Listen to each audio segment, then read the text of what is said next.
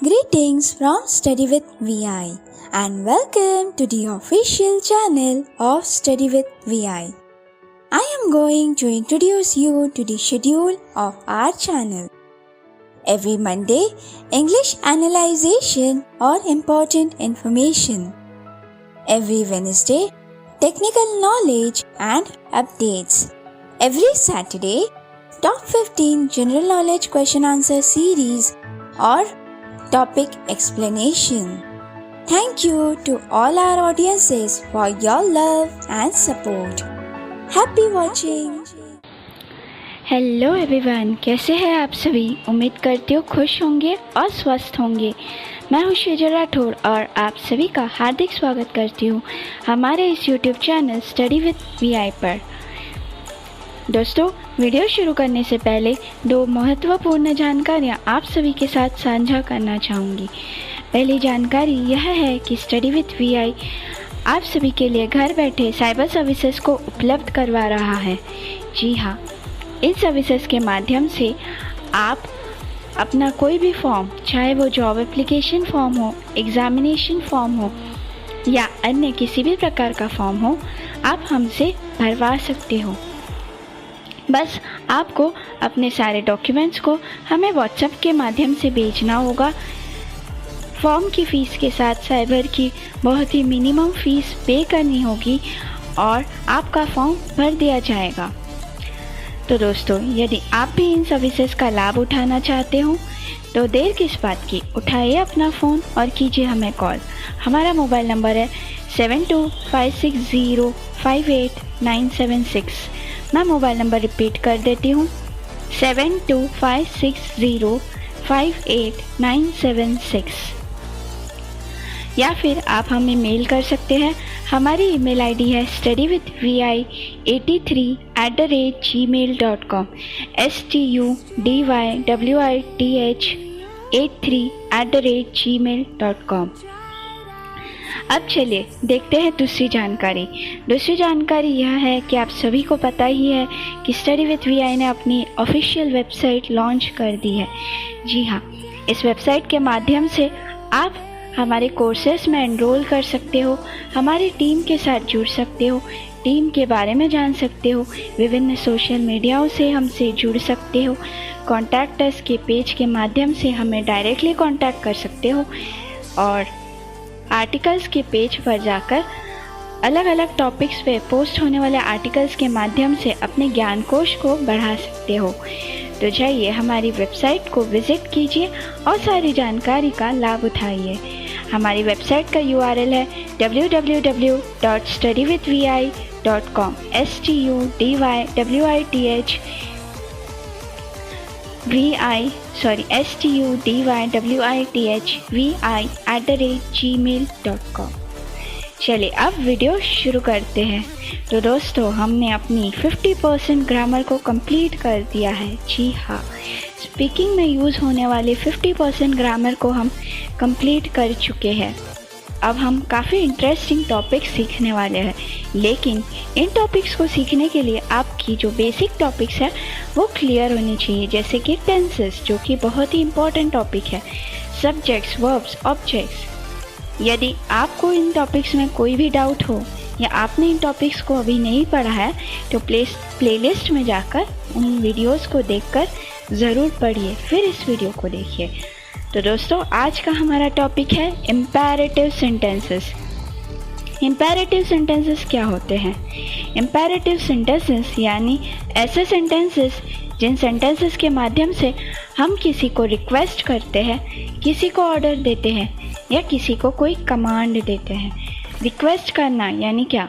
जब आप किसी को कोई काम करने के लिए आप उन्हें बोलते हो, जैसे बड़े ही प्यार से आप उन्हें बोलोगे, ठीक है, आप करो, ऐसा नहीं बोलोगे, प्यार से बोलोगे कि कृपया ये काम करो। ऑर्डर यानी क्या? किसी को कोई काम दे देना, जैसे टीचर स्टूडेंट को ऑर्डर दे सकती है, पेरेंट्स अपने बच्चों को आज्ञा देते हैं, ऑर्डर देते हैं। और कमांड थोड़ा बहुत ऑर्डर जैसा होता है, जैसे पुलिस जो होती है वो अपने जूनियर ऑफिसर्स को कमांड देती है, या जैसे हमारे प्राइम मिनिस्टर या प्रेसिडेंट होते हैं वो हमारे मिनिस्टर्स को कमांड देते हैं कि उन्हें क्या करना है। ठीक है, तो आइए देखते हैं हम इम्पेरेटिव सेंटेंसेस। इम्पेरेटिव सेंटेंसेस किसी भी टेंस में नहीं होते, ये हमेशा ही प्रेजेंट की बात करते हैं और ये सेंटेंसेस मोस्टली ओ से एंड होने वाले होते हैं। करो, जाओ, आओ, ऐसे, मतलब ओ की लास्ट में उनकी हर सेंटेंस की लास्ट का जो अल्फ़ाबेट होगा, या आप बोल सकते हो लास्ट का जो लेटर होता है हिंदी में, वो होता है ओ। स्टार्ट करते हम लेट के साथ। लेट का यूज़ हम उन सेंटेंसेस के लिए करते हैं जिन सेंटेंसेस में आखिरी वर्ड होता है दो, किसी क्रिया के साथ दो जुड़ा हो। दो, यहाँ पे दो का मतलब नंबर 2, सेकेंड नंबर 2, TWO2 जिसे हम बोलते हैं, वो नहीं है। ठीक है, उसका मतलब है लेट। जैसे एग्जाम्पल देख लेते हैं, मुझे पानी पीने दो, लेट मी ड्रिंक वाटर। मैं स्ट्रक्चर बता देती हूँ लेट के सेंटेंसेस का। पहले लेट आएगा, उसके बाद आपका सब्जेक्ट आएगा, उसके बाद वर्ब आएगी, और उसके बाद अगर ऑब्जेक्ट होगा तो ऑब्जेक्ट। मोस्टली ऑब्जेक्ट नहीं होगा। अब अगर इसमें दो सब्जेक्ट है, सपोज़ ये सेंटेंस ऐसे होता, आप मुझे पानी पीने दो, you let me drink water. तो जो हमारा मेन सब्जेक्ट है, फर्स्ट सब्जेक्ट है, पहला आने वाला सब्जेक्ट, वो हमारा लेट के पहले आएगा। कुछ एग्जाम्पल्स के माध्यम से इसे समझेंगे हम। जैसे मुझे काम करने दो, let me do the work. दो के लिए हमने लेट बोला, मुझे यानी मी, करना यानी डू, और काम यानी work, let me do the work. और अगर ऐसा होता आप मुझे काम करने दो, you let me do the work. आप मुझे खाना बनाने दो, you let me cook food. आप उसे पढ़ाई करने दो, यू लेट हिम स्टडी। उसे खेलने दो, लेट हिम प्ले। उषा को गाने दो, लेट उषा सिंग। अब हम बात कर लेते हैं प्लीज़। प्लीज़ का मतलब होता है कृपया। अब अगर सब्जेक्ट होगा सेंटेंस में तो सब्जेक्ट पहले आएगा, फिर प्लीज़, फिर वर्ब, फिर ऑब्जेक्ट। नहीं तो प्लीज़ से सेंटेंस शुरू होगा। जैसे आप कृपया नीचे आओ, यू प्लीज़ कम डाउन। अगर सिर्फ ऐसे होता है कृपया नीचे आओ, प्लीज़ कम डाउन। कृपया आप शांत बैठो, यू प्लीज़ कीप क्वाइट। कृपया शांत बैठो, प्लीज़ कीप क्वाइट। कृपया अपना काम करो, please do your work.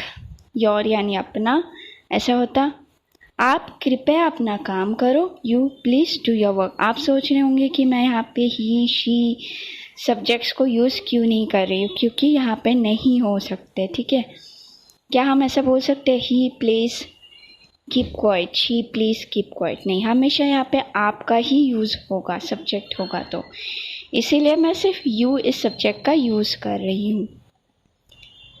Late में भी जो हमारा अगर लेट से पहले सब्जेक्ट आ रहा है, उसमें हम सिर्फ और सिर्फ यू यूज़ कर सकते हैं। अगर लेट के बाद सब्जेक्ट है, मतलब मुझे, उसे, ऐसा कुछ है, तो वहाँ पे हम ही, शी, किसी का नाम या मी यूज़ कर सकते हैं।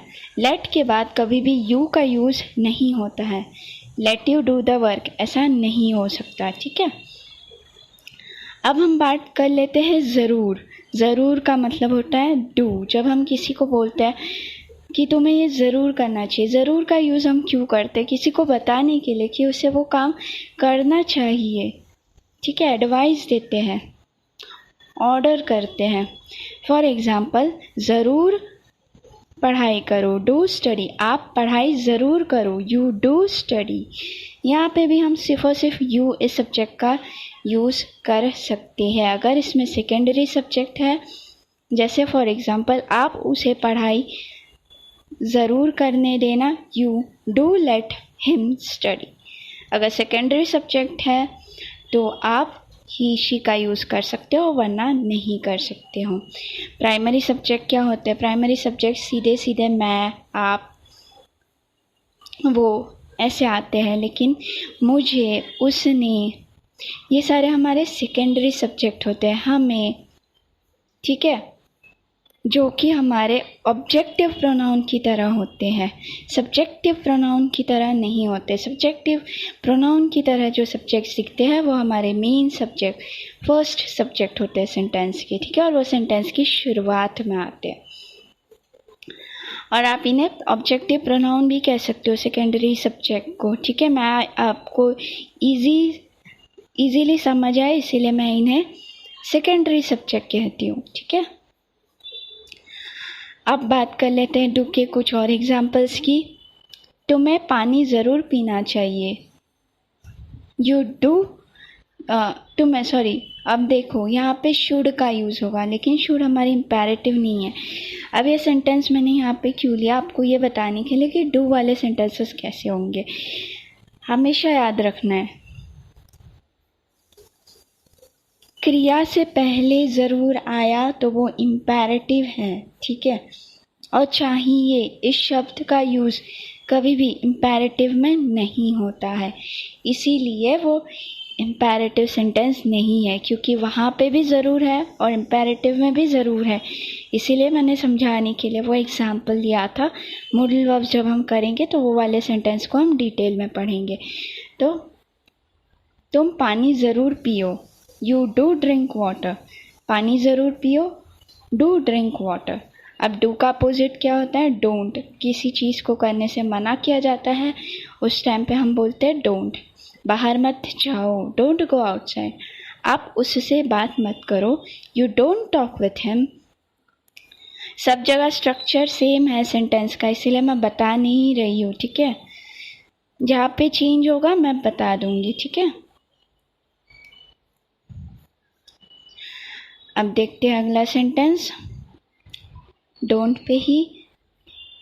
मुझे मत पूछो, डोंट आस्क मी। आप मुझसे मत पूछो, यू डोंट आस्क मी। अब ऑलवेज का मतलब होता है हमेशा, ऑलवेज बी ऑन टाइम, हमेशा समय पर आओ। अभी यहाँ पे बी का मतलब है आना। आप चाहो तो आप कम भी बोल सकते हो, बट बी के साथ हम बोलते हैं तो वो अच्छा लगता है सेंटेंस, ठीक है। आप ऐसे भी बोल सकते हो, always come on time, you always come on time. आप हमेशा समय पर आओ। आप हमेशा सच बोलो, you always speak the truth. या हमेशा सच बोलो, ऑलवेज स्पीक द ट्रूथ। अभी नेवर का मतलब होता है कभी मत। ये डोंट से ज़्यादा स्ट्रॉन्ग होता है, डोंट में तो सिर्फ मत है, ठीक है। अब नेवर थोड़ा सा स्ट्रॉन्ग एडवाइस होता है, स्ट्रॉन्ग ऑर्डर होता है, ठीक है। कभी मत, अभी याद रखना, अगर आपको सेंटेंस में कभी दिख जाए, क्योंकि यहाँ पे मत भी है तो कुछ लोग कंफ्यूज हो जाते हैं, डोंट यूज़ करते हैं, लेकिन नहीं, क्योंकि ये कभी है इसीलिए हम यहाँ पे हमेशा नेवर का यूज़ करेंगे। जैसे कभी बाहर मत जाओ, नेवर गो आउटसाइड। आप कभी बाहर मत जाओ, यू नेवर गो आउटसाइड। अगर दूसरा सेंटेंस ले, कभी भी झूठ मत बोलो, नेवर स्पीक लाई। आप कभी झूठ मत बोलो, यू नेवर स्पीक लाई। अब इम्पेरेटिव के आखिर में आ चुके हैं हम। ये तो 7 मेन टाइप्स थे, let, please, do, don't, always, never, sorry 6। अब 7th वाला हम देख लेते हैं। यहाँ पे क्या होता है, अब यहाँ पे एक ऑब्जेक्टिव प्रोनाउन, सबसे पहले वर्ब होगा, फिर विथ होगा और उसके बाद ऑब्जेक्टिव प्रोनाउन। कभी कभी सब्जेक्ट भी हो सकता है, ठीक है। फॉर एग्ज़ाम्पल, या कभी कभी सिर्फ वर्ब होगी तो आपको पता है, आओ, कम, जाओ, गो, बैठो, सिट, खड़े रहो, स्टैंड, बोलो, स्पीक, गाओ, सिंग, ठीक है। लेकिन अगर विथ के साथ है, उसके साथ जाओ, गो विथ हिम, उसके बोला है, ठीक है, वो नहीं बोला है, यहाँ पे उसके, ये ऑब्जेक्टिव प्रोनाउन है, ठीक है। भले ही ये सेंटेंस की शुरुआत में आ रहा है, लेकिन आप वर्ड समझ के देख सकते हो, इसीलिए वो इंग्लिश में सेंटेंस बनते टाइम ऑब्जेक्ट की प्लेस में जा रहा है। गो विथ हिम, उसके साथ जाओ। रिया के साथ खेलो, प्ले विथ रिया। मेरे साथ गाओ, सिंग विथ मी। और अगर सब्जेक्ट होगा तो आप मेरे साथ गाओ, यू सिंग विथ मी। आप रिया के साथ खेलो, यू प्ले विथ रिया।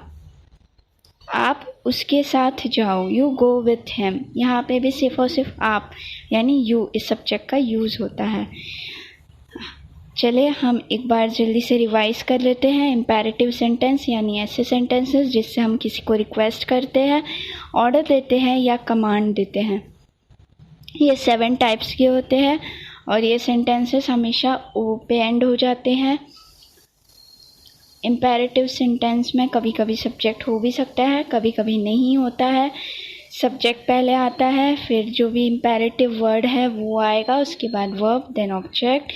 और लास्ट वाले इसमें हमने देखा था कि सब्जेक्ट, वर्ब विथ और ऑब्जेक्टिव प्रोनाउन, या फिर वर्ब विथ ऑब्जेक्टिव प्रोनाउन। और सिर्फ वर्ब्स भी हो सकती है। तो पहले देखते लेट। लेट का मतलब होता है क्रिया के साथ जो एंड होते हैं सेंटेंसेस जिनके आगे दो लगा होता है। मुझे खेलने दो, लेट मी प्ले। आप मुझे खेलने दो, you let me play. Please का मतलब होता है कृपया, कृपया नीचे जाओ, प्लीज़ गो डाउन। आप कृपया नीचे आओ, यू प्लीज़ कम डाउन। अब हम बात कर लेते हैं डू। डू का मतलब होता है ज़रूर, ज़रूर आओ, डू कम। आप ज़रूर आओ, you do come. Don't. Don't का मतलब होता है मत, आप मत आओ, यू डोंट कम। मत आओ, डोंट कम। ऑलवेज, हमेशा, हमेशा सच बोलो, ऑलवेज स्पीक द ट्रूथ। आप हमेशा सच बोलो, you always speak the truth. Never, इसका मतलब होता है कभी, कभी झूठ मत बोलो, नेवर स्पीक द लाई। आप कभी झूठ मत बोलो, you never speak the lie. Last वाली टाइम देख।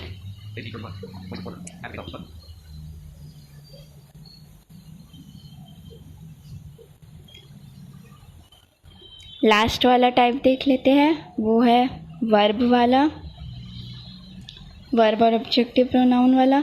उसके साथ खेलो, प्ले विथ हिम। आप उसके साथ खेलो, you play with him. I hope आपको ये सारी चीज़ें क्लियर हुई होंगी। कोई भी डाउट हो तो आप कमेंट सेक्शन में पूछ सकते हो। अगर हमारे चैनल पे अपलोड होने वाले वीडियोस आपको यूज़फुल लगते हैं तो हमारे चैनल को सब्सक्राइब कीजिए, वीडियो को लाइक एंड शेयर करना ना भूलिए। और मिलते हैं अगले वीडियो में, तब तक के लिए bye bye. Thank you so much for watching my video.